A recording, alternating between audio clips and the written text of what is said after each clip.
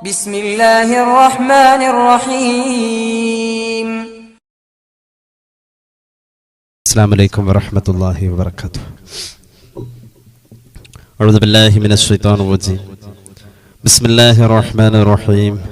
الحمد لله رب العالمين وأفضل الصلاة وأتم التسليم على المبعوث رحمة للعالمين وعلى آله وصحبه ومن سار على هديه إلى يوم الدين أما بعد. മുഅ്മിനീങ്ങളെ, അള്ളാഹു നമ്മെ കബൂലാക്കട്ടെ. നമ്മുടെ പാപങ്ങൾ അള്ളാഹു പുറത്തു തരട്ടെ. രോഗങ്ങൾ അള്ളാഹു ശിഫയാക്കട്ടെ. മരിച്ചുപോയവരുടെ ഖബർ അള്ളാഹു സന്തോഷത്തിലാക്കട്ടെ. തെറ്റുകുറ്റങ്ങൾ അവർക്ക് നമുക്കും അള്ളാഹു മാപ്പാക്കി തരട്ടെ. നമ്മുടെയും കുടുംബത്തിൻ്റെയും സൃഷ്ട ആയുസ് അള്ളാഹു പൊരുത്തപ്പെട്ട വഴിയിൽ ഇസ്സത്തോടെ സന്തോഷത്തോടെ ദീർഘമായി കഴിഞ്ഞ് ഈമാൻ സലാമത്തായി മരിക്കാനുള്ള മഹാഭാഗ്യത്തിൽ അള്ളാഹു നമ്മെല്ലാവരെയും ചേർക്കട്ടെ എന്ന് ആമുഖമായി ദുആ ചെയ്യാം. മുഹറം മാസം നമ്മോട് യാത്ര പറഞ്ഞാൽ പിന്നെ വന്നു ചേരുന്നത് സഫറാണ്. ഹിജറ കലണ്ടറിന്റെ രണ്ടാമത്തെ മാസമാണ് സഫർ മാസം. സഫർ എന്ന വാക്കിന് അർത്ഥം തന്നെ വീട് ഒഴിഞ്ഞു പോവുക എന്നാണ്. വീട് ഒഴിഞ്ഞു പോവാം. യുദ്ധ ആവശ്യത്തിന് വേണ്ടി അറബികൾ വീട്ടിൽ നിന്നും പുറത്തിറങ്ങുകയും അതുമൂലം വീട് ഒഴിഞ്ഞു കിടക്കുകയും ചെയ്യുന്ന മാസമായതുകൊണ്ടാണ് പ്രസ്തുത മാസത്തിന് സഫർ എന്ന പേര് വന്നത്. അറബികൾ യുദ്ധക്കൊതിയന്മാർ യുദ്ധത്തിന് പോകുമ്പോൾ വീടൊഴിഞ്ഞു കിടക്കുന്ന കാരണമാണ് വീടൊഴിഞ്ഞു കിടക്കുക എന്ന അർത്ഥത്തിൽ സഫർ എന്ന പേര് വന്നത്. അപ്പോ മുഹറമും സഫറും, മുഹറം മാസം അറബികളും ജാഹിലിയ കാലഘട്ടത്തിലെ അറബികളും ബഹുമാനിച്ചിരുന്ന മാസമാണ് മുഹറം മാസം. എല്ലാ കാലഘട്ടത്തിലെയും ജനങ്ങൾ സയ്യിദുനാ ആദം അലൈഹിസ്സലാത്തു വസ്സലാമിന്റെ കാലം മുതൽക്കുള്ള എല്ലാ ജനങ്ങളും ആദരിച്ചിട്ടുള്ള മാസമാണ് മുഹറം മാസം. ഇവര് യുദ്ധത്തിന് പോകുമ്പോ യുദ്ധത്തിന്റെ കെടുതിയിലും യുദ്ധത്തിന്റെ താൽക്കാലികമായ സൗകര്യത്തിലും മുഹറത്തിന്റെ പവിത്രത സഫറിനും അറബികൾ സങ്കല്പിക്കാൻ തുടങ്ങി. അവരുടെ വർത്തമാനങ്ങളിലൊക്കെ അങ്ങനെ വരാൻ തുടങ്ങി. മുഹറം മാത്രമല്ല, മുഹറത്തിന്റെ ബാക്കി ആ സഫർ മുഹറം പോലെ ആദരിക്കേണ്ട മാസമാണ് എന്നൊക്കെ പറഞ്ഞ അറബികൾ പൊതുവെ സഫറിലേക്ക് മുഹറമിന്റെ മഹത്വത്തെ ചേർക്കാൻ തുടങ്ങി. അത് പാടില്ലാത്തതാണ്. പൊതുവെ അറബി പ്രയോഗത്തിൽ മുഹറത്തിനെയും സഫറിനെയും ചേർത്ത് പറയുന്ന ഒരു പ്രയോഗമാണ് സഫറാനി. രണ്ടിനെ പറ്റി പറയും സഫറാനി, രണ്ട് സഫർ എന്ന് പറയും. അത് മുഹറത്തെയും സഫറിനെയും ചേർത്താ പറയുന്നത്. അതൊരു പ്രയോഗമാണ്. പക്ഷേ മുഹറത്തിന്റെ പവിത്രതയെ സഫറിൽ സങ്കല്പിച്ചത് അറബികളുടെ ജാഹിലിയത്തിലെ വിശ്വാസമാണ്. പവിത്രതയെ സഫറിൽ കൊണ്ടുവന്ന് മുഹറത്തിന്റെ അതേ പരിഗണന സഫറിൽ കൊണ്ടുവന്ന് ലയിപ്പിക്കൽ അനാചാരമാണ്. അത് ജാഹിലിയ കാലഘട്ടത്തിൽ അറബികൾ ചെയ്തതാണ്. മുഹറം, സഫർ ഈ രണ്ട് മാസങ്ങൾ ഇത്രമേൽ ചർച്ചയായിട്ടുണ്ട്. അറബികളുടെ ഈ സ്വഭാവം പരിശുദ്ധ ഖുർആൻ അത് കൃത്യമായി തന്നെ പറയുന്നുണ്ട്. പ്രപഞ്ചം പടച്ച അന്ന് മുതൽക്ക് ഒരു വർഷം 12 മാസമാണ് എന്ന കണക്ക് അള്ളാഹു തീരുമാനിച്ചതാണ്. അന്ന് മുതൽക്ക് 4 മാസം പവിത്രമാണെന്നും അള്ളാഹു തീരുമാനിച്ചതാണ്. പ്രപഞ്ചം പടച്ച അന്ന് മുതൽക്ക്. ആ 4 മാസങ്ങൾ ഏതൊക്കെയാണ് എന്നും ഖുർആൻ കൃത്യമായി തന്നെ സൂചിപ്പിച്ചു. ഒന്ന് ദുൽഖഅദ, ദുൽഹിജ്ജ, മുഹറം, റജബ്. ഈ 4 അല്ലാത്ത 5ാമത്തെ ഒന്നായി ജാഹിലിയത്തുകാര് ഈ 4ലേക്ക് 5ാമനായി സഫറിനെയും ചേർക്കാറുണ്ട്. അത് അനാചാരമാണ്. നമ്മളിപ്പോ ചിലപ്പോൾ ആദ്യമായിട്ടായിരിക്കും കേൾക്കാം, പക്ഷെ ചരിത്രത്തിൽ അങ്ങനെ ഒരു ചർച്ചയുണ്ട്. ഖുർആൻ അത് സംബന്ധമായി തന്നെ പറഞ്ഞു. മിൻഹാ അർബഅത്തുൻ ഹുറും ദാലിക ദീനുൽ ഖയ്യിം. 4 മാസമാണ് പവിത്രമെന്ന് ഖുർആൻ പറഞ്ഞ ആ 4 ഉള്ളൂ.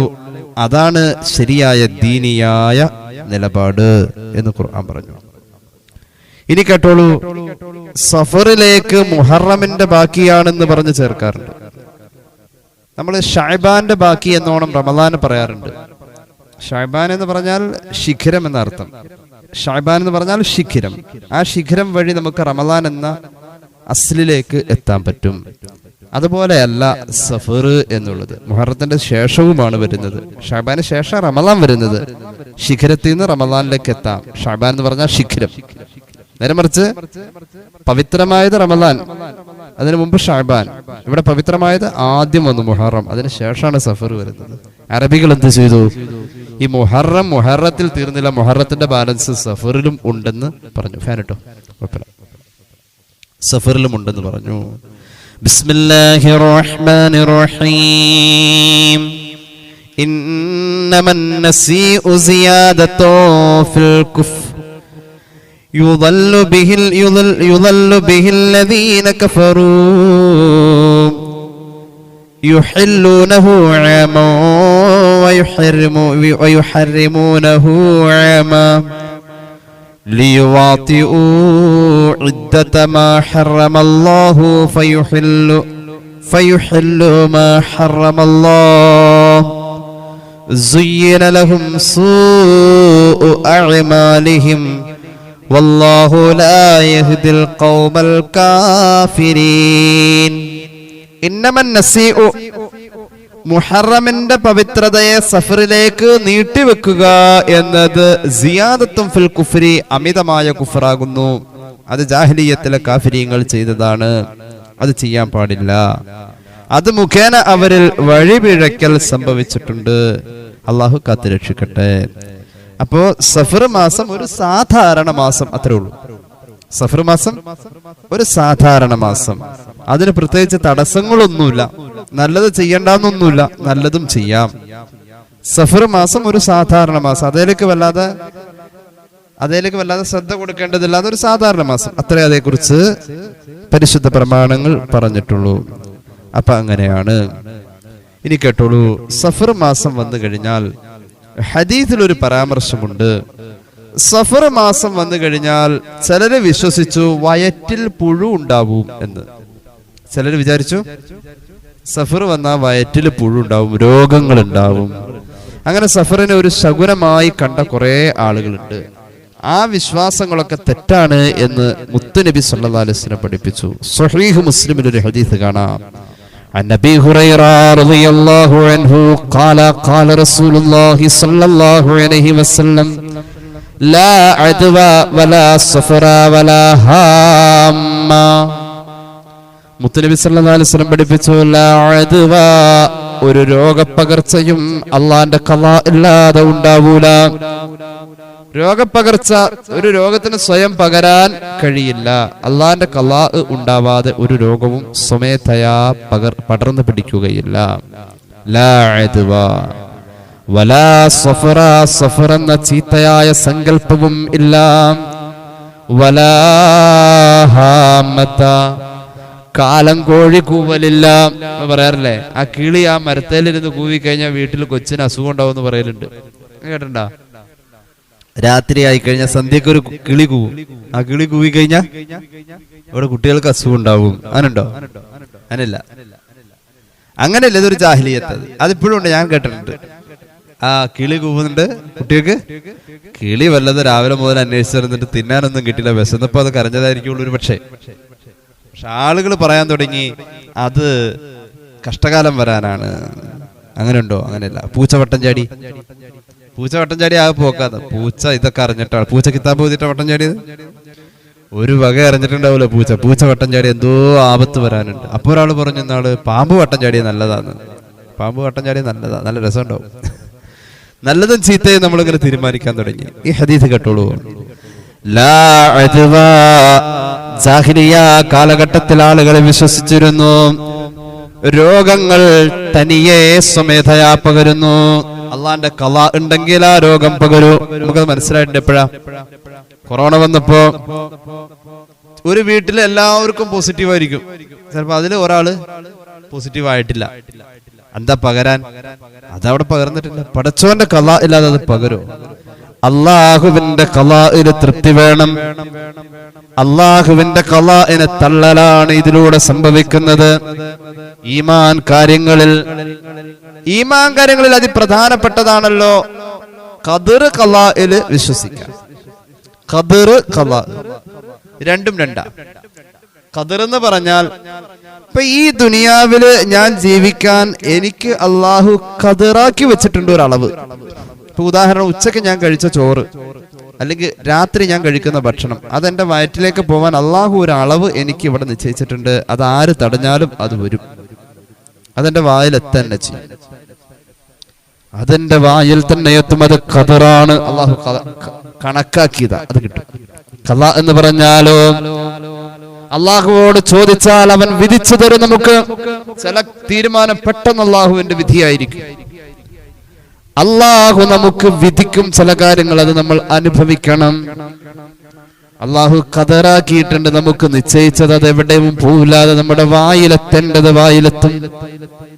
മഹാനായ സാഹിദി റളിയല്ലാഹു അൻഹു അള്ളാഹു ഖദറാക്കിയത് എന്റെ വായിലെത്തുമെന്ന് പറഞ്ഞതിനെ അങ്ങ് മനസ്സിലേക്ക് പതിക്കാൻ തീരുമാനിച്ചു. സാഹിദി റളിയല്ലാഹു അൻഹു തീരുമാനിച്ചു, എനിക്കുള്ള അന്നം എന്റെ വയറ്റിലെത്തേണ്ട വായിലെത്തും, അത് അള്ളാഹു എത്തിച്ചു തരും. അത് നോക്കാം എങ്ങനെയാന്ന്. മഹാനവറുകൾ വീട് വിട്ടിറങ്ങി. തനിക്ക് എത്തേണ്ടത്, തനിക്ക് തന്റെ വായിലെത്തേണ്ട അന്നം വായിലെത്താൻ അള്ളാഹു ഖദറാക്കിയിട്ടുണ്ടെങ്കിൽ എത്തും.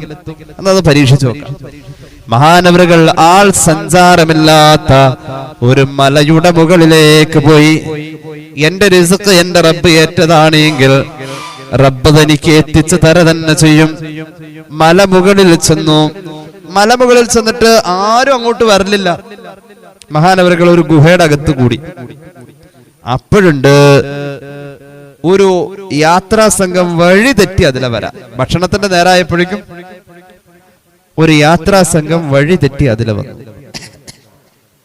യാത്രാ സംഘം വഴി തെറ്റി വന്നപ്പോ സ്വാഭാവികമായും മഹാൻ ഒന്ന് ചിന്തിച്ചു, ഇവിടെ എന്നെ കണ്ട പണിയാവൂല, ഞാനിപ്പോ പടച്ചോന്റെ ഖദർ എന്റെ വായിൽ എത്തോ ഇല്ലയോ എന്ന് പരീക്ഷിക്കാൻ വന്നിരിക്കുന്ന ആളാ. നമ്മളെ പോലത്തെ ആളല്ലോ, വലിയ സൂഫിയായ വലിയ മഹാനാണ്. അങ്ങനെ മഹാനവറുകൾ ഗുഹയിൽ ഇങ്ങനെ ഇരിക്കുമ്പോ ഈ യാത്രാ സംഘം അങ്ങനെ കടന്നുപോയി. ഓ ആശ്വാസം, അവര് കടന്നുപോയി. അവര് തന്റെ മുന്നിലൂടെയാണ് കടന്നുപോയി. ഇനി അവര് വരില്ലല്ലോ, കണ്ടില്ല, പോയി. പെട്ടെന്ന് ഒരു മഴ പെയ്തു. പെട്ടെന്ന് ഒരു മഴ പെയ്തപ്പോ യാത്രാ സംഘത്തിന്റെ പിന്നിലുള്ള ആള് നോക്കിയപ്പോൾ ഇപ്പൊ മഴ നനയാതെ കയറാൻ പറ്റിയ സ്ഥലം കാണുന്ന ഗുഹ. മൂപ്പര് ഓടിപ്പോയി ഗുഹയെ കയറിയിട്ട് കൈ കൊട്ടി വിളിച്ചു മുമ്പേ പോയ ആൾക്കാരെ. അവരെല്ലാവരും കൂടി തിരിച്ചും കൊടുത്തു.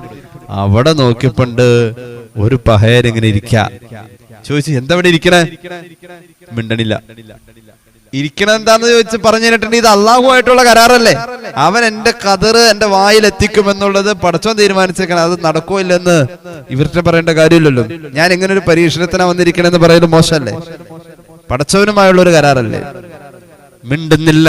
അപ്പൊ ഒരാൾ ചോദിച്ചു, ഇവിടെ ഇരിക്കണം എന്തിനാന്ന് ചോദിക്കണ്ട, ഇത് എങ്ങോട്ടാ പോകാൻ പറ്റും, വഴി ചോദിക്കൂടാ. മൂപ്പര് അവിടെ എന്തെങ്കിലും വന്നിരിക്കട്ടെ, നമ്മള് വഴി തെറ്റി വന്നല്ലേ, നമുക്ക് പോകേണ്ട വഴി ഏതാണെന്നൊന്ന് അറിയാൻ മൂപ്പരോട് ചോദിക്കും. അപ്പൊ ചോദിച്ചു, നിങ്ങൾ ഇവിടെ ഇരിക്കണതിന് കുഴപ്പമില്ല, അവിടെ ഇരുന്നോ, ഞങ്ങൾക്ക് പോകാനുള്ള വഴി ഒന്ന് പറഞ്ഞേട്ടെ. അപ്പോഴും മിണ്ടണില്ല. മഴ ഇങ്ങനെ കൂടി കൂടി വന്നു, തണുപ്പ് കൂടി. അപ്പൊ എല്ലാവർക്കും പൊതുവേ ഒരു ചെറിയൊരു വിറയൽ വന്നു. അപ്പൊ ഒരാൾ പറഞ്ഞു, മൂപ്പർക്ക് മിണ്ടാൻ പറ്റാത്തത് തണുപ്പ് കൂടിയിട്ടാ. ചില ആൾക്കാർക്ക് തണുപ്പ് കൂടിയ വായ കോടിപ്പോ, അപ്പൊ ചൂട് കൊണ്ടാൽ ആ വായ തുറക്കും. അങ്ങനെ ഒരു പ്രശ്നം ചില ആളുകൾക്കുണ്ട്. അതുകൊണ്ട് മൂപ്പർക്ക് കുറച്ച് ചൂട് കൊടുത്തു കഴിഞ്ഞാ മൂപ്പര് പക്ഷെ വാ തുറക്കും, മിണ്ടാത്തത് കൊണ്ടാ. അപ്പൊ മൂപ്പര് പറയാണ്, എനിക്ക് തണുപ്പ് അടിച്ചുകൊണ്ട് ഞാൻ മിണ്ടാത്തന്നല്ലാതെ എന്തെങ്കിലും ഒന്ന് മിണ്ടിയാ കുടുങ്ങും. കാരണം ഈ റിസ്ക് വായിൽ വരുവോ ഇല്ലയോ, അള്ളാഹു കണക്കാക്കിയത് കിട്ടോ ഇല്ലയോ എന്ന പരീക്ഷണത്തിലാ മൂപ്പര് കയറിയിരിക്കും. മഹാനായ സാഹിദി റളിയല്ലാഹു അൻഹുവിന്റെ മുന്നില് തണുപ്പ് മാറ്റാൻ വേണ്ടി ആ യാത്രാ സംഘം അവരുടെ കയ്യിലുള്ള വിറകുകൾ ഇറക്കി വെച്ചിട്ടങ്ങ് കൂട്ടിയിട്ട്, യാത്രയാകുമ്പോ അങ്ങനെയാണല്ലോ, രാത്രി വിറക് കൂട്ടിയിട്ട് കത്തിക്കുകയും കൂടെ വല്ല മാംസം ചുടുകയൊക്കെ ചെയ്യും. അങ്ങനെ വിറക് കൂട്ടിയിട്ട് കത്തിച്ചു. എന്നിട്ട് വിളിച്ചു, ബാ ഇവിടെ ഇരിക്കാൻ പറഞ്ഞു. മൂപ്പര് ഇരിക്കുക. മൂപ്പർക്ക് ഇപ്പൊ അതിന്റെ ആവശ്യമില്ല. എല്ലാവരും കൂടി പിടിച്ചു വലിച്ചു കൊണ്ടുവന്ന് അവിടെ ഇരുത്തി കഴിഞ്ഞിട്ട് ചോദിച്ചു, ഞങ്ങൾക്ക് പോകാനുള്ള വഴി ഏതാന്ന് പറഞ്ഞതായോ, നിങ്ങൾ എന്തിനാ അവിടെ ഇരിക്കണത് അന്ന് പറയൂ. മഹാനവറുകൾ മിണ്ടുന്നില്ല. അപ്പോണ്ട് വിറക് കത്തിച്ച് ചൂട് കൊടുക്കാൻ പറഞ്ഞ ആള് പറഞ്ഞു, യാത്രാ സംഘത്തിൽപ്പെട്ട അയാൾ തന്നെ പറഞ്ഞു, ചിലപ്പോ ചൂടടിച്ചാലും വിശപ്പുണ്ടാവും, വിശപ്പ് കൂടിയിട്ട് മൂപ്പര് സംസാര ശക്തി നഷ്ടപ്പെട്ടതാ, വയറ്റിലൊന്നും ഇല്ലാറ്റാ.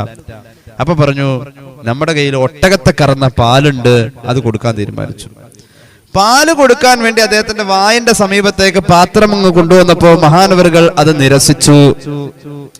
അപ്പൊ ചിലര് പറഞ്ഞു, എന്ത് ഭ്രാന്തായി കാണിക്കുന്നത്, പച്ചപ്പാലായതുകൊണ്ട് അതിന്റെ ചൂരടിച്ചിട്ടാ അത് ഇഷ്ട ആവാത്തത്, ഒന്ന് തിളപ്പിച്ചു കൊടുത്താൽ ചിലപ്പോ അങ്ങനെ തിളപ്പിച്ചപ്പോ പാലുമായി എടുത്തു വന്നപ്പോ പിന്നെയും കുടിച്ചില്ല, വാ തുറക്കുന്നില്ല. അപ്പൊ പറഞ്ഞു അത് ചൂട് കൂടിട്ടാ. ആ മഴ ഇങ്ങനെ പെയ്തുകൊണ്ടിരിക്കുമ്പോ തണുത്ത കാറ്റടിക്കുമ്പോ ഒന്നാമത് പാത്രം ചിറ്റിച്ചു കഴിഞ്ഞാ പാലിന്റെ ചൂടാറി ഇത്രയും കാണിച്ചിട്ട് ഇത് വാ തുറക്കുന്നില്ല, ഒന്നും മേടിക്കുന്നില്ല, കഴിക്കുന്നില്ല, മിണ്ടുന്നില്ല. ഇവർക്ക് മഴ മാറാനായി, ഇനി പോവാൻ വേണം. മിണ്ടിയിട്ട് തന്നെ കാര്യമുള്ളൂ. ഈ കൂടി അവർക്ക് ദേഷ്യം അങ്ങോട്ട് പിടിച്ചു. രണ്ടുപേര് കാലയിൽ അങ്ങോട്ട് പിടിച്ചു, രണ്ടാള് കയ്യിലും പിടിച്ചു, ഒരാൾ വാ അങ്ങോട്ട് തുറന്ന് മൂക്കടച്ചു പിടിച്ചു, പാല് വായിലേക്ക് ഒഴിച്ചു. പാല് വായിലൊഴിച്ചു, മൂക്കടച്ചു പിടിച്ചു. ബാക്കി എന്താ? മൂക്കടച്ചു പിടിച്ച പാലം കൂടെ കുടിക്കും. നമ്മൾ പിള്ളേർക്ക് കൊടുക്കുന്ന മരുന്ന് കൊടുക്കണം, അങ്ങനെയുള്ള പാല് വയറ് നിറയണ വരാണ്ട് കൊടുത്തു കഴിഞ്ഞിട്ട് എടുത്തവരെ ഇറങ്ങി കൊടുത്തു. ഈ മിണ്ടിയാലും വേണ്ടില്ല. മഹാനവറുകൾ അങ്ങ് ചിരിക്കാൻ തുടങ്ങി. അൽഹംദുലില്ലാഹ്, അല്ലാഹുവേ, ഞാൻ എത്ര വേണ്ടാന്ന് വെച്ചാലും എന്റെ റിസ്കിനെ എന്റെ വായിൽ എത്തിച്ച അല്ലാഹ്, നീ റാസിഖാണ്, നീ റസാഖാണ് അല്ലാഹ്. അപ്പൊ അള്ളാഹുവിന്റെ ഖദർ എന്ന് പറയുന്നത് നമുക്ക് കണക്കാക്കിയതാ. അത് ആര് തട്ടിത്തെറിപ്പിച്ചാലും നമ്മുടെ വായിൽ വരും. ഹബീബായ നബി കരീം സല്ലല്ലാഹു അലൈഹി വസല്ലം തങ്ങളുടെ ഒരു വിവാഹം, അവിടുത്തെ പത്നിയുമായി ഒരു വിവാഹം സ്വഹാബികളൊക്കെ ഉണ്ട്. അപ്പൊ ആ വിവാഹത്തിന് മുത്തുനബിയുടെ വിവാഹല്ലേ, കേട്ടോര് എത്തും. അങ്ങനെയാണല്ലോ ഹബീബ്. ഇപ്പൊ പാണക്കാട്ട് സയ്യിദന്മാരുടെ വീട്ടിലൊക്കെ കല്യാണത്തിന് ഞാൻ ആലോചിച്ചിട്ടുണ്ട് ഇതിപ്പോ എങ്ങനെയാ ഇപ്പൊ അരി ഇടാ എന്നുള്ളത്. കാരണം കേട്ടോര് എന്ത് ചെയ്യും? അവിടെ പോയപ്പോ നിങ്ങളെന്തിനാ വന്ന്, നിങ്ങളെ വിളിച്ചോന്ന് ചോദിക്കും. അതൊന്നുമില്ലല്ലോ, അങ്ങോട്ട് വരാൻ തന്നെ. കേട്ടവരാ കല്യാണത്തിന് വന്നുകൂടി. അന്ന് അവിടെ വിവാഹ സൽക്കാരത്തിന് വേണ്ടി വിളമ്പിയത് തൽബീനയാണ്. തൽബീന എന്ന് പറഞ്ഞാൽ മനസ്സിലായില്ലേ? തരിക്കഞ്ഞി പോലത്തെ ഒരു സാധനം. ആള് കൂടുമ്പോ സ്വാഭാവികമായും അതിന്റെ കൊഴുപ്പ് കുറയും, അത് ശരിയല്ലേ? വെള്ളം കൂട്ടും. ഇത് പാചകം ചെയ്ത സ്വഹാബികൾ എല്ലാവർക്കും എത്തിക്കാൻ വേണമല്ലോ. ആദ്യം കയ്യിലെത്തിച്ച തൽബീന കയ്യിലൂടെ ഇങ്ങനെ നക്കി കുടിക്കായിരുന്നു, ഒഴിച്ചു കുടിക്കായിരുന്നു. കയ്യില കൊടുത്തു, വലിയ പാത്രമോ ആർഭാടങ്ങളൊന്നുമില്ല. അവസാനം വന്നവരുടെ തൽബീന കയ്യിലേക്ക് ഒഴിക്കുമ്പോ ഒരു 4 ഓറ നോക്കലൊടിഞ്ഞ്, ഇതെന്തൂട്ട ഇതിലെ ഈ വിരലിന്റെ വിടവിലൂടെ ചാടിപ്പോണു. അവർക്കും കണക്കാക്കിയിട്ടുണ്ടത് വിരലിന്റെ വിടവിലൂടെ പോണു. അപ്പൊ അവസാനം വന്നവരൊക്കെ അതിൽ ചില പ്രധാനികളുണ്ട്. അവര് നോക്കിയപ്പോ പ്രധാനികളല്ലാത്ത പലരും ആദ്യം വന്നിട്ടുണ്ട്. അപ്പൊ അവരിങ്ങനെ പറയാൻ തുടങ്ങി, ഈ പ്രധാനികളല്ല, ഇവനൊക്കെ ആരെ വിളിച്ചു? അങ്ങനെ പതുക്കെ പറയാൻ തുടങ്ങി. സ്വഹാബികൾ ഇദ്ദേഹത്തെ ആരെ വിളിച്ചത്? നമ്മളൊക്കെ സ്ഥിര ആൾക്കാരല്ലേ, നമുക്ക് കിട്ടാതെ. ഇപ്പൊ ഇത് കട്ടി കുറഞ്ഞത് അവരാദ്യം വന്നുകൊണ്ടാണ്. അങ്ങനെ പറയൂലോ, കട്ടി കുറഞ്ഞത് അവരാദ്യം വന്നത് കൊണ്ടാ. പതുക്കെ പറയാൻ തുടങ്ങി. ഈ തൽബീനയുടെ കട്ടി കുറഞ്ഞത് അവർക്ക് ആദ്യം വന്നത് കൊണ്ടാ. അപ്പോ ഹബീബായ നബി തങ്ങൾ അത് കേട്ടു. സല്ലല്ലാഹു അലാ മുഹമ്മദ് സല്ലല്ലാഹു അലൈഹി വസല്ലം. കട്ടി കുറഞ്ഞത് അവര് വന്നുകൊണ്ടാണോ? അല്ല, നിങ്ങൾക്ക് കട്ടിയില്ലാത്തത് വായിൽ വരണമെന്ന അല്ലാഹ് ഖദറാക്കിയത് കട്ടിയോടുകൂടിയ തൽബീന പായസം കട്ടിയോടുകൂടി ആണ് അവരുടെ വായിലെത്തേണ്ടത് എന്ന് അല്ലാഹ് ഖദറാക്കിയത്. നിങ്ങളുടെ ഖദർ ഇങ്ങനെയാ, മൂപ്പരുടെ ഖദർ അങ്ങനെയാ, അള്ളാഹു നിശ്ചയിച്ചത് ഇങ്ങനെയാ. അങ്ങനെ വന്നപ്പോ സ്വഹാബികളോട് റസൂലുള്ളാഹ് ഒന്ന് സമാധാനിപ്പിക്കണമല്ലോ. എല്ലാരും വിളിച്ചു കൂട്ടിട്ട് പറഞ്ഞു, ഞാനൊരു കഥ പറഞ്ഞു തരാം, നിങ്ങൾ കേൾക്കോ? ഞാനൊരു കഥ പറഞ്ഞു തരാം. എന്താന്നറിയോ കഥ? ആ കഥ സയ്യിദുനാ സുലൈമാൻ നബി അലൈഹിസ്സലാമിന്റെ കഥയാ. മഹാനവറുകൾ ഒരിക്കൽ അസ്ർ നിസ്കരിക്കാൻ വേണ്ടി സമുദ്രതീരത്തേക്ക് പോയി. എല്ലാവരുടെയും രാജാവല്ലേ. സമുദ്രതീരത്ത് മഹാനവറുകൾ അസ്ർ നിസ്കരിച്ചു കൊണ്ടിരിക്കുമ്പോ പെട്ടെന്നതാ സമുദ്രതീരത്ത് ഒരു ചെറിയ ഉറുമ്പ് ഒരു ഇലയുടെ കഷ്ണം കടിച്ചു പിടിച്ചിങ്ങനെ പോകുന്നു. ഒരു ചെറിയ ഉറുമ്പ് ഒരു ഇലയുടെ കഷ്ണം കടിച്ചു പിടിച്ചു പോകാം. ഉറുമ്പിന്റെ സംസാരം ആർക്കറിയാം? സുലൈമാൻ നബിക്ക് അറിയാം. ഉറുമ്പിനോട് സംസാരിച്ചതായി ഫതബസ്സമ ളാഹികൻ എന്ന് ഖുർആനിലുണ്ട്. ഉറുമ്പിനോട് സംസാരിക്കുന്ന മഹാനാണ് സുലൈമാൻ നബി അലൈഹിസ്സലാം. ഉറുമ്പ് എങ്ങനെ പോവാ? സുലൈമാൻ നബിയുടെ മുസല്ലയുടെ അരികിലൂടെ വായിലേക്ക് നോക്കിയപ്പോ ഒരു ചെറിയ പുല്ലിന്റെ കഷ്ണം, ഒരു ചെറിയ ഇലക്കഷ്ണം കടിച്ചു പിടിച്ച ഉറുമ്പ്. എന്നിട്ടോ ആർത്തിരമ്പുന്ന തിരമാല. സുലൈമാൻ നബിയുടെ കാലഘട്ടത്തിലും കടൽ അങ്ങനെ തന്നെ, ഇന്നും അങ്ങനെ തന്നെ, അതിൽ വലിയ മാറ്റങ്ങളൊന്നും വന്നിട്ടില്ല. ഈ തിരമാലയുടെ ആർത്തിരമ്പുന്ന ശബ്ദത്തിന്റെ ഇടയിലൂടെയും ഈ ഉറുമ്പ് അലറി വിളിച്ചിട്ട് ആരെയോ കടലിന്റെ അകത്തുള്ള ആരെയോ വിളിക്കുന്നുണ്ട്. ഉറുമ്പിന്റെ സൗണ്ട് കുഞ്ഞ ശബ്ദത്തില് ഉറുമ്പ് ഇങ്ങനെ അലറി വിളിക്ക, ആരോ കടലിന്റെ അകത്തുണ്ട്. ഈ സിഗ്നൽ അവിടെ എത്തണം, എത്തൂല. കടലിന്റെ ആ തിരമാലയുടെ ശബ്ദത്തിൽ ഒരു മനുഷ്യൻ നിന്ന് കൂവിയ അതിന്റെ അകത്ത് കിടക്കണ കേൾക്കാൻ പറ്റും, വെള്ളത്തിലാകുമ്പോ ഉറപ്പായിട്ടും കേൾക്കൂല. സുലൈമാൻ നബി നിസ്കാരം കഴിഞ്ഞ അത്ഭുതകരമായ കാഴ്ച ഇങ്ങനെ കണ്ടുകൊണ്ടിരുന്നു. സുബ്ഹാനല്ലാഹ്, പെട്ടെന്ന് ഒരു തവളങ്ങനെ വരികയാ തിരമാലയിലൂടെ. ഈ ഉറുമ്പിന്റെ വിളി കേട്ടിട്ട് ഒരു തവള വരുന്നു. ആ തവള വന്ന് തിരമാല ശാന്തമാകുന്ന ഭാഗത്തേക്ക് ഇങ്ങനെ ചാടി വന്നു. തവള തിരിഞ്ഞ് കടലിന്റെ ഭാഗത്തേക്ക് നിന്നു. ഉറുമ്പ് തവളയുടെ മുകളിൽ കയറി. ഇതാര് പറയുന്ന കഥയാ? സയ്യിദുനാ റസൂലുള്ളാഹി സ്വല്ലല്ലാഹു അലൈഹി വസല്ലം. തവളയുടെ മുകളിൽ ഉറുമ്പ് കയറി അള്ളിപ്പിടിച്ചിരുന്നു. തവള കടലിന്റെ അടിത്തട്ടിലേക്ക് ഒരു പോക്കുപോയി. അത്ഭുതകരമായ കാഴ്ച. സുലൈമാൻ നബി അവിടെ ഇരുന്ന് കുറെ കഴിഞ്ഞപ്പോ തിരമാലയുടെ മുകളിലൂടെ ഉറുമ്പ് ഒഴുകി വരുന്നു. ഉറുമ്പിനോട് ചോദിച്ചു, അല്ല സഹോദര, എങ്ങോട്ട് പോയത്? നബിയേ, എന്നെ അല്ലാഹു ഒരു ജോലി ഏൽപ്പിച്ചിട്ടുണ്ട്. എന്റെ ജോലി എന്താണെന്നറിയുമോ? രാവിലെയും വൈകുന്നേരവും ഞാൻ ഇവിടെ വന്നുകൊണ്ടൊരു പുല്ലിന്റെ കഷ്ണം എത്തിച്ചു കൊടുക്കലാം. എന്തിനാണെന്നറിയുമോ? ഈ കടലിന്റെ അടിത്തട്ടിലെ രണ്ട് പാറയുടെ ഇടയിൽ ഒരു ചെറിയ പുഴു ജീവിച്ചിരിപ്പുണ്ട് നബിയേ. ആ പുഴുവിന്റെ ഭക്ഷണം കടലിൽ കിട്ടാനില്ല, അത് കരയിലാ ഉള്ളത്. ആ ഭക്ഷണത്തെ ഈ കടൽ തീരം വരെ എത്തിച്ചു കൊടുക്കാനുള്ള ജോലി അള്ളാഹു എന്നെ ഏൽപ്പിച്ചിരിക്കുന്നു. അതുകൊണ്ട് ആ ജോലിയുടെ ഭാഗമായാണ് ഞാൻ ഇവിടെ വരുന്നത് നബിയെ. ഞാൻ ആ പുല്ലുമായി ആ ചെറിയ ഇലക്കഷ്ണവുമായി ഞാൻ ഇവിടെ വരുമ്പോൾ എനിക്ക് കടലിലേക്ക് അത് എത്തിച്ചു കൊടുക്കാൻ കഴിയുന്നില്ല. ഞാൻ അള്ളാഹുവോട് ആവശ്യപ്പെട്ടു, പടച്ച റബ്ബേ, എനിക്കിത് കടലിന്റെ അടിത്തട്ടിൽ എത്തിക്കണം, അതിന് എനിക്കൊരു സഹായം വേണം. അപ്പൊ അള്ളാഹു ഒരു മലക്കിനെ ഏൽപ്പിച്ചു തന്നു. ആ മലക്ക് തവളയുടെ രൂപത്തില് ഈ കടലിൽ ഉണ്ട്. സാധാരണ തവളയാണ് എന്ത് ചെയ്യില്ല, ഉറുമ്പിന്റെ ശബ്ദം അവിടെ നിന്ന് കേൾക്കൂല, അത് മലക്കാണ്. ആ വന്ന തവള ഒരു മലക്കാണ്. ആ മലക്കിന്റെ മുകളിൽ കയറിയിരുന്നിട്ടാ ഞാൻ പോകുന്നത്. എന്നെ അവിടെ കൊണ്ടുപോയി ഈ പുഴുവിന്റെ ഭക്ഷണം കൊടുക്കാൻ മലക്ക് സൗകര്യപ്പെടുത്തി തരുന്നു. പുഴു ഭക്ഷണം കഴിച്ചു കഴിഞ്ഞിട്ട്, അല്ലാഹുവേ, നിനക്ക് സ്തുതി പറയുന്നത് ഞാൻ കണ്ടുകൊണ്ട് നിൽക്കുമല്ലോ. കടലിന്റെ അടിത്തട്ടിലാണെങ്കിലും എനിക്കുള്ള റിസ്ക് മുടക്കാതെ എത്തിക്കുന്ന അല്ലാഹ്, അൽഹംദുലില്ലാഹ്.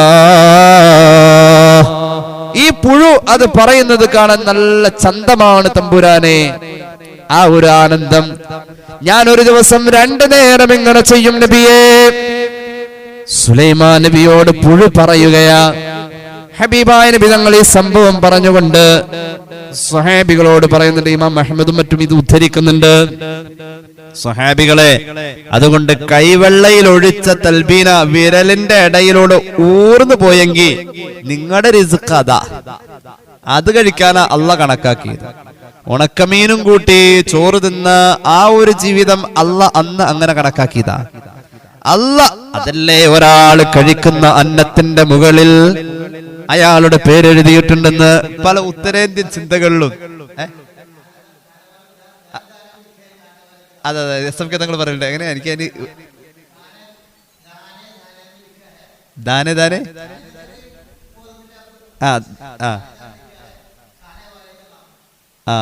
അല്ല അങ്ങനെയല്ല, എനിക്ക് പറയാറിയില്ല. മൈക്കാൻ തരാത് പറഞ്ഞോക്കെ. ദാനെ ദാനെ ദാന ധാന്യം ലിഖായ ലിഖായ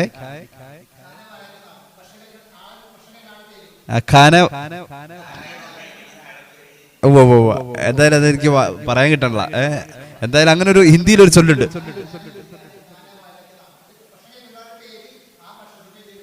ഭക്ഷണം കഴിക്കുന്ന ആളുടെ പേര് ഭക്ഷണത്തേൽ എഴുതി വെച്ചിട്ടുണ്ട്. ഇത് തങ്ങൾ ഇങ്ങനെ പറഞ്ഞ് ഞാൻ കേട്ടിട്ടുണ്ട്. എല്ലാ സാധനവും നമ്മൾ കഴിക്കേണ്ടതിന്റെ അത് ഖുർആനിലെ ഹദീസിലുണ്ടോ എന്നുള്ളതല്ല, നമ്മുടെ റിസ്ക് അല്ലാഹ് കണക്കാക്കിയ ആ ഖദറാക്കിയത് ഖദറിൽ വിശ്വസിക്കണമെന്നല്ലേ പറഞ്ഞിട്ടുള്ളത്. ഈമാൻ കാര്യത്തിൽ എന്താ? ഖദറിലുള്ള വിശ്വാസം, അല്ലാഹുവിലുള്ള വിശ്വാസം, മലക്കുകളിലുള്ള വിശ്വാസം, അംബിയാ മുർസലങ്ങളിലുള്ള വിശ്വാസം, കിതാബിലുള്ള വിശ്വാസം, അന്ത്യദിനത്തിലുള്ള വിശ്വാസം, ഖദറിലുള്ള വിശ്വാസം അല്ലേ? ഖദറിലുള്ള വിശ്വാസം. ഈ ഖദർ അതിന്റെ ഖൈറും ഷർറും കൊണ്ടുവരും. നല്ലതും ഉണ്ടാവും, ചീത്ത ഉണ്ടാവും. അത് അല്ലാഹ് കണക്കാക്കിയതാണ് എന്ന വിശ്വാസം. ആ വിശ്വാസം നഷ്ടപ്പെട്ടിട്ടുണ്ട് ചില ആൾക്കാർക്ക്. അതെങ്ങനെയാ? പൂച്ചവട്ടം ചാടി ഖദറാക്കിയത് വിശ്വസിക്കുന്നില്ല. അല്ലാഹ് ഖദറാക്കിയത് അതാ. അല്ലാഹ് ഖദറാക്കിയത് മാരുതിയുടെ വണ്ടിയുടെ പോവലാണ്. അല്ലാഹ് ഖദറാക്കിയത് BMW ആണ്. ഓരോരുത്തർക്ക് അല്ലാഹ് ഖദറാക്കിയത് അവൻ അനുഭവിക്കുന്നു. നാള് ഒരു കോൺഗ്രസ്സുകാരൻ എന്നോട് പറഞ്ഞു ഖദർ കണ്ടപ്പോ, ഇത് അല്ലാഹ് ഖദറാക്കിയതാണ്.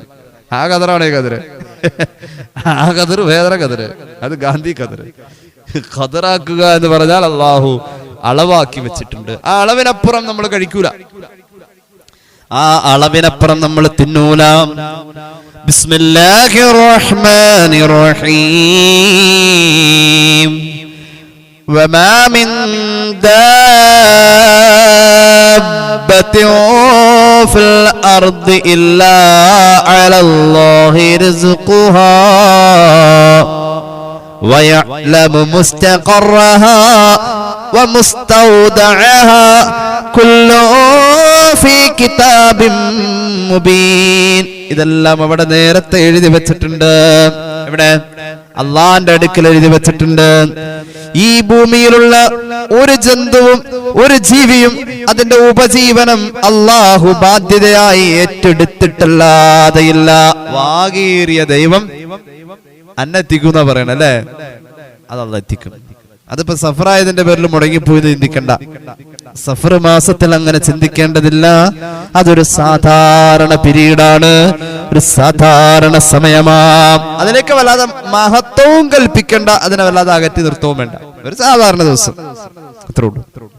എന്നാൽ സഫറിൽ സൂക്ഷിക്കേണ്ട 2 ദിവസങ്ങളുണ്ട്. ഇത്തിരി പ്രശ്നം പിടിച്ച 2 ദിവസം സഫറിലുണ്ട്. ഇൻഷാ അല്ലാഹ് അത് വഴിയെ പറയും. അപ്പൊ അള്ളാന്റെ മുന്നില് ഖദറാക്കി വെച്ചതിൽ നമ്മൾ ആ കാര്യങ്ങളിൽ ഒരു വിശ്വാസമുള്ളവരാവാ എന്നതിന് വിഘാതം സൃഷ്ടിക്കും സഫർ മാസത്തിലേക്ക് വല്ലാതെ അങ്ങ് നമ്മൾ കടന്നു ചെല്ലല്. കേട്ടോളൂ, ഹദീസ് കേട്ടോളൂ.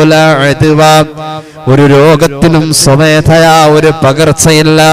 വലാ സഫറ, സഫർ മാസത്തിന്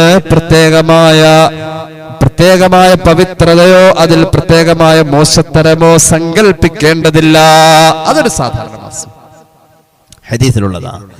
വലാഹാമത്ത, കാലം കോഴി കൂവിയതിന്റെ പേരിൽ രോഗങ്ങളോ പ്രയാസങ്ങളോ വരലില്ല. പൂച്ച വട്ടം ചാടിയാൽ പ്രശ്നമില്ല. അങ്ങനെയുണ്ട്. എന്നാൽ കോഴി കൂവും എപ്പോ? സുബഹിയുടെ സമയത്ത്. അത് മലക്കിനെ കണ്ടിട്ട, അത് വേറെ. ആ സമയത്ത് മലക്കിനെ കണ്ടുകൊണ്ട് സുബൈയുടെ നേരത്തെ സുബൈസ്കരിക്കാൻ വേണ്ടി വിളിച്ചെണിപ്പിക്കുന്ന സാധന പൂവൻകോഴി. ലാ തസുബ്ബുദ്ദീഖത, പൂവൻകോഴിയെ നിങ്ങൾ ചീത്ത പറയല്ലേ. ഫഇന്നഹാ തൂഖിദു ലിസ്സലാ, പൂവൻകോഴി നിസ്കരിക്കാൻ വേണ്ടി ജനങ്ങളെ വിളിച്ചെഴുന്നേൽപ്പിക്കുന്നവനാണെന്ന് പുണ്യനബി സല്ലല്ലാഹു അലൈഹി വസല്ലം. നിസ്കരിക്കാൻ വേണ്ടി എഴുന്നേൽപ്പിക്കുന്നതാ.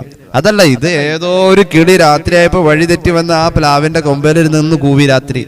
അപ്പോഴുണ്ട് പിറ്റേന്ന് യാദൃച്ഛികമായ ആ വീട്ടിലെ കുട്ടിക്ക് സുഖമില്ലാതെ വന്നു.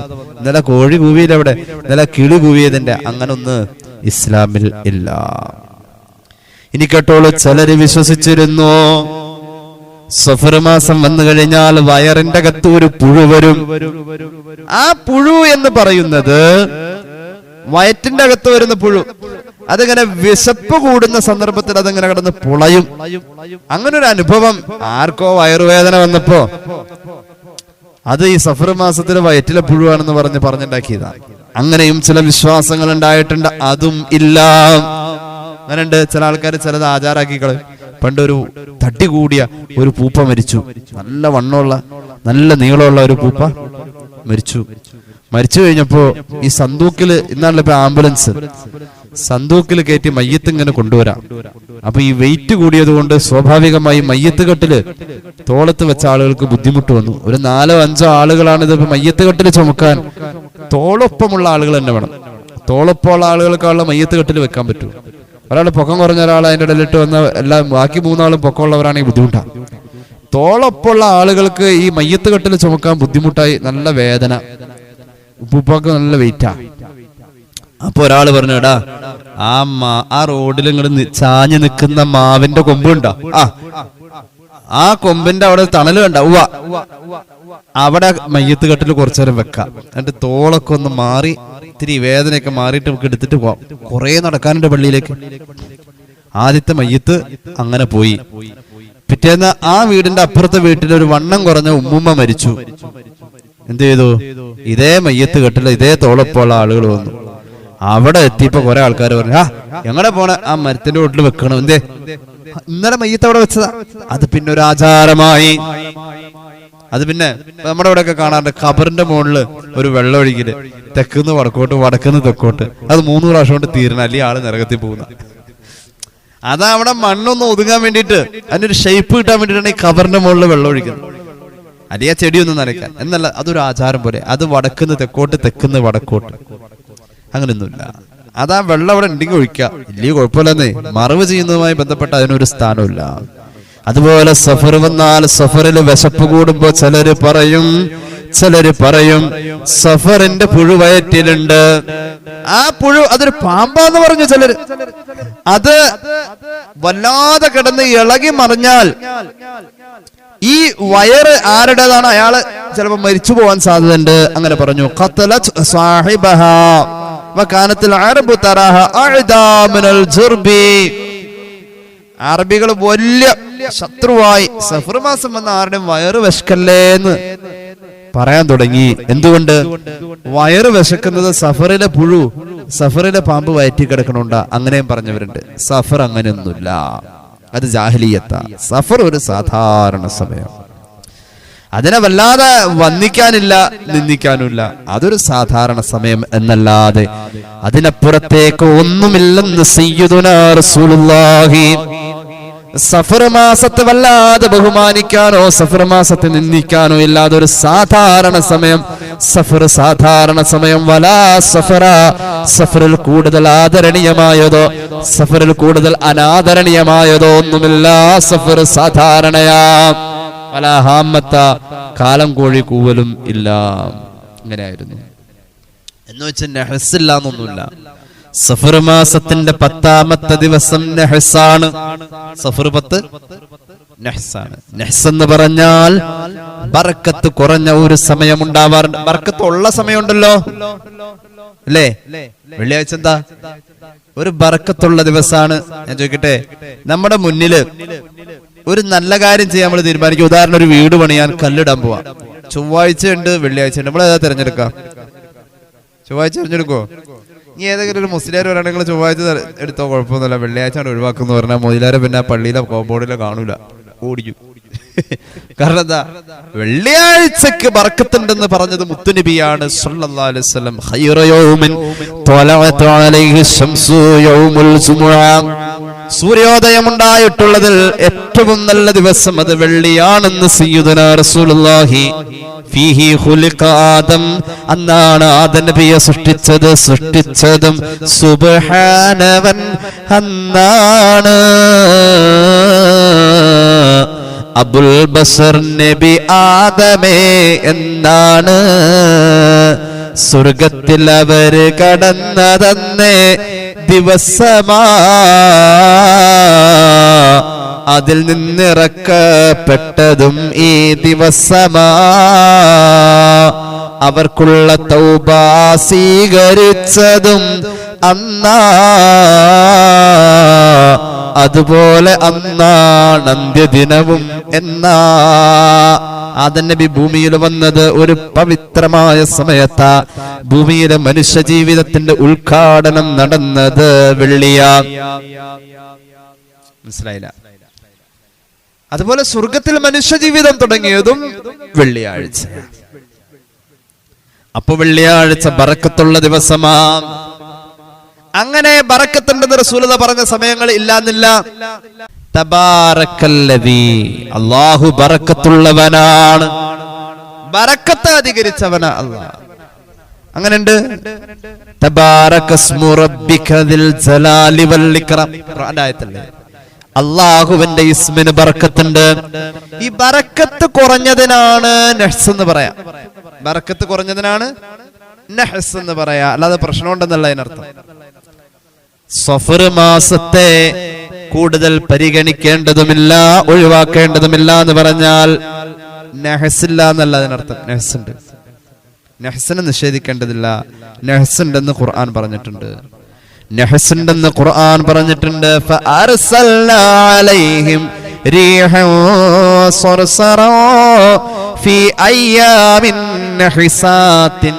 നഹ്സുള്ള ദിവസങ്ങളിലാ ആദ് സമൂഹത്തിന് അല്ലാഹു ശിക്ഷ ഇറക്കിയത്. നഹ്സുള്ള സമയമായിരുന്നത്. ശിക്ഷ വന്നത് ബർക്കത്തുള്ള സമയത്താവോ? ആവൂല. അല്ലാഹുവിന്റെ ശിക്ഷ ആദ് സമൂഹത്തിന് വന്നത് 7 രാത്രിയിലും 8 പകലിലുമായി വന്ന കഠോരമായ ശിക്ഷ വന്നത് നഹ്സിന്റെ ദിവസങ്ങളാ. പരിശുദ്ധ ഖുർആൻ നഹ്സിന്റെ ദിവസം. അപ്പം സഫർ മാസത്തിൽ സൂക്ഷിക്കേണ്ട ദിവസം ഏതാ? സഫറിൽ 10, സഫറിന്റെ 10ാമത്തെ ദിവസം സൂക്ഷിക്കണം, നഹ്സാണ്. അന്ന് നല്ല കാര്യങ്ങൾക്ക്, അത് ഞാൻ സാന്ദർഭികമായി പറഞ്ഞു. പിന്നെ സഫറിൽ സൂക്ഷിക്കേണ്ട ഏറ്റവും വലിയ നഹ്സുള്ള ഒരു സമയം മഹാന്മാര് പഠിപ്പിക്കുന്നുണ്ട്. സഫറിന്റെ അവസാനത്തെ ബുധനാഴ്ച. സഫറിന്റെ അവസാനത്തെ ബുധനാഴ്ച നഹ്സുണ്ടെന്ന് സയ്യിദുനാ റസൂലുള്ളാഹി സ്വല്ലല്ലാഹു അലൈഹി വസല്ലം പഠിപ്പിച്ചിട്ടുണ്ട്. നഹ്സ് റസൂലുള്ളാഹി പഠിപ്പിച്ചതാണ്. നഹ്സ് ഹബീബ് പഠിപ്പിച്ചതാ. സഫറിന്റെ അവസാനത്തെ ബുധനാഴ്ച നഹ്സ് കൂടുതലാ. എല്ലാ അറബി മാസത്തിന്റെയും അവസാനത്തെ ബുധനാഴ്ച നഹ്സുള്ള ദിവസം. എല്ലാ നമ്മൾ ഈ സഫറിന്റെ അവസാനത്തെ ബുധനെ ഒടക്ക് ബുധൻ എന്ന് പറയും. ഒടുക്കത്തെ ബുധൻ, ഒടുക്കത്തെ എന്ന് പറഞ്ഞാൽ ഒടുവിലെ ബുധൻ. പിന്നെ ഒടക്ക് ബുധൻ എന്ന് പറയും, തടസ്സം നിൽക്കുന്ന ബുധൻ എന്ന അർത്ഥത്തിലും പറയാറുണ്ട്. അത് ശരിക്കും ഉള്ളതാ. അതെ, എല്ലാം 12 മാസം അവസാനത്തെ ബുധൻ നല്ല കാര്യങ്ങൾക്ക് നല്ലതല്ല എന്ന് പറയുന്നുണ്ട്. മഹാന്മാരായ തസവുഫിന്റെ ഉലമാ പറയുന്നുണ്ട്. ഞാൻ അത് സംബന്ധമായിട്ട് ഹദീസുണ്ട്. സഫർ മാസത്തിന്റെ അവസാനത്തെ ബുധനെ കുറിച്ച് പ്രത്യേകം ഇൻഷാ അല്ലാഹ് നമുക്കൊരു ക്ലാസ് എടുക്കണം. അല്ലാഹു തൗഫീഖ് തരട്ടെ. സഫർ മാസത്തിന്റെ ഈ ആഴ്ചയിലെ അടുത്ത ആഴ്ച എപ്പോഴെങ്കിലും നമുക്ക് സഫർ മാസത്തിന്റെ അവസാനത്തെ ബുധനെ കുറിച്ച് ഒരു ക്ലാസ് വരെ എടുക്കണം. സഫർ മാസത്തിന്റെ അവസാനത്തെ ബുധനാഴ്ച ചില പ്രത്യേക ദുആയുമുണ്ട്. ആ ദിവസങ്ങളിൽ ചില പ്രത്യേക ദുആ ചെയ്യണമെന്ന് ഞാൻ എന്റെ വക പറഞ്ഞതല്ല. ഇമാം ദൈറബി റളിയല്ലാഹു അൻഹു അദ്ദേഹത്തിന്റെ മുജറബാത്തിൽ ഉദ്ധരിച്ചിട്ടുണ്ട്. നമുക്ക് ഇൻഷാ അല്ലാഹ് അത് അന്നേരം ആ ദുആ ചെയ്യാം. ഇപ്പൊ തൽക്കാലം അത് ഞാൻ വിടുന്നു. സഫർ മാസത്തിന്റെ അവസാനത്തെ ബുധൻ, എല്ലാ മാസത്തിന്റെയും അവസാനത്തെ ബുധൻ നഹ്സുള്ള ദിവസമാണ്. സഫർ മാസത്തിൻ്റെത് വരുമ്പോൾ അൻഹസ് എന്നാണ് മഹാനായ അഹ്മദ് കോയ ശാരിയാത്തി റഹ്മത്തുള്ളാഹി അലൈഹി രേഖപ്പെടുത്തിയിട്ടുള്ളത്. അൻഹസ്, ഏറ്റവും നഹ്സ് ഈ 12 മാസങ്ങളിൽ സഫറിന്റെ അവസാനത്തെ ബുധനാണ്. അത് റസൂലുള്ളാഹി സ്വല്ലല്ലാഹു അലൈഹി വസല്ലം തങ്ങൾ പറഞ്ഞിട്ടുണ്ട്.